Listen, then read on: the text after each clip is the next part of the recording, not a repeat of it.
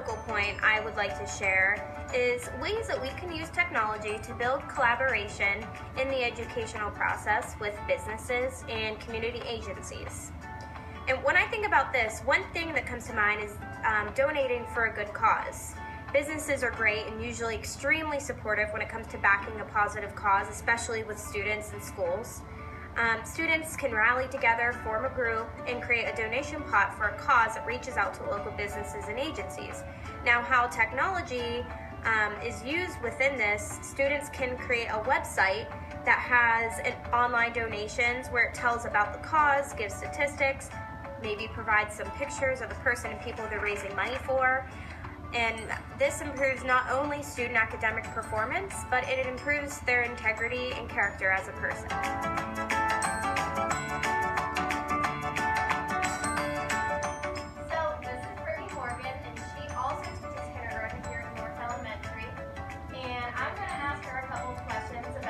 Collaborating using technology.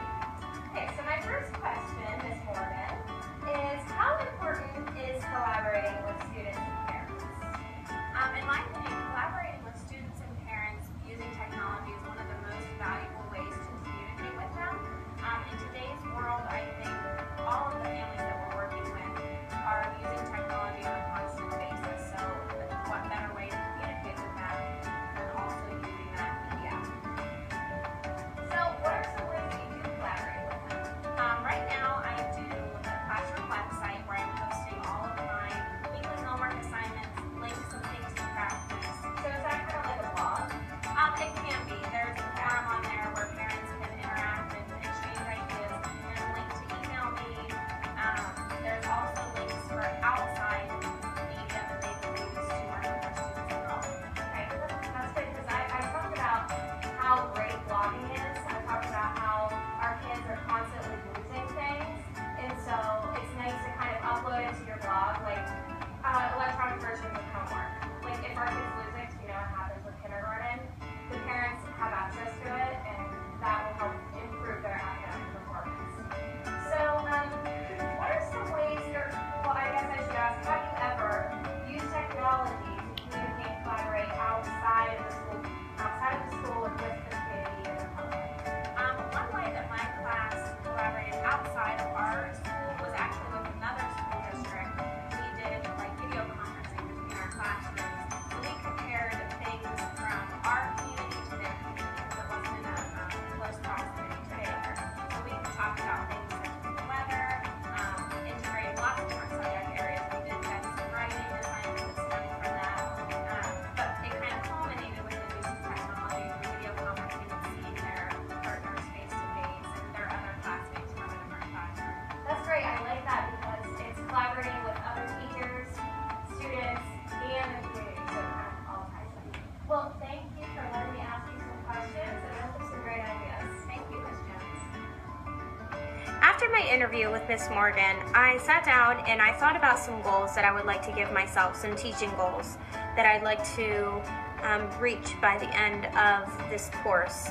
And for this specific field-based activity, I thought one great goal to create for myself is to begin video conferencing other teachers. I have a lot of teacher friends that teach in different districts, and even in the building, I think it would be really beneficial for my children or my students to watch other teachers teach while they're still sitting in the comfort of their own classroom.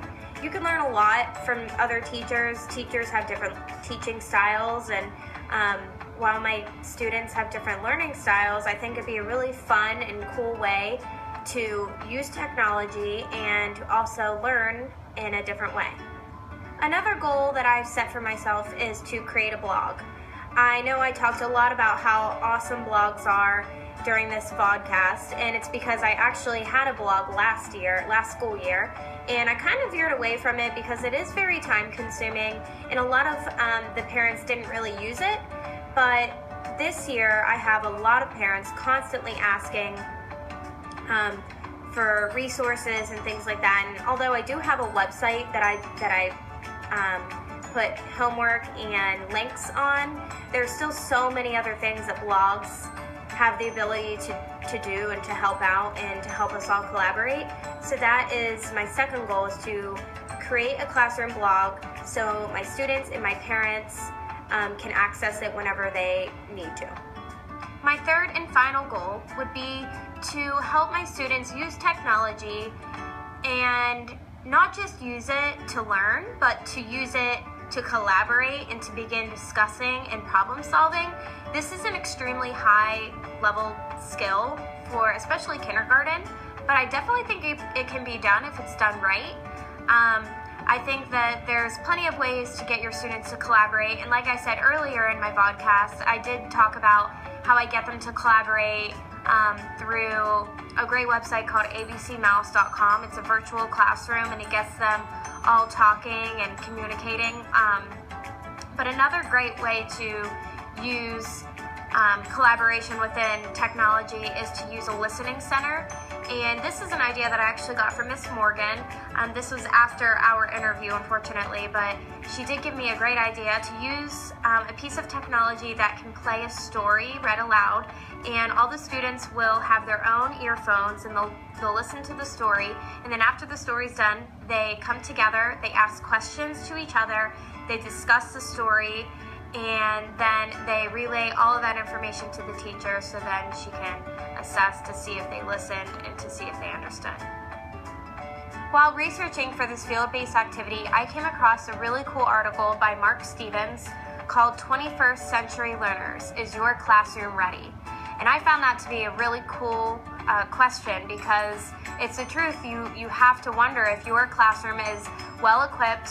You have to wonder if your classroom is ready for those 21st century learners who are thirsty for technology and that type of education. There was a quote in there and it said, "Learning environments aren't revolutionized by installing a few cool gadgets here and there," which is the truth. It isn't just about the pieces of technology, it's about how they're used. And it really comes down to how the teacher uses them and how she implements that through her instruction. It's not about basing everything off of the technology. It's about using the technology to support the instruction. Some things that Mark Stevens suggested in his article, some different pieces of technology that are new and up and coming, are interactive demonstration boards. When I think about this, I think of smart boards, or in my case, in my room, I have something that's called a Mimeo, where the entire computer screen is projected onto the board, and the students can actually use a pen as their cursor to do whole group activities or whatever it may be. Another piece of technology that he talked about were pens that record audio and data while writing. This is something that I've never heard of, but I think that it sounds really cool, and it helps the students keep track of what they're doing while it records everything, so it helps the teacher listen to what's going on and try to understand that thought process of whoever's using that pen at the time. And he also talked about mobile devices. This is something that most teachers are trying to get their students to keep at home and not bring to school because it's distracting, but he discusses how they could be used to in a positive way, and they could be used for educational purposes. So in conclusion, technology is really all around us, and in order for us to improve the student academic performance of our students, teachers must find ways to create, communicate, and collaborate as many ways as they can. So thank you for listening to my podcast. This is Karley Jones. Until next time.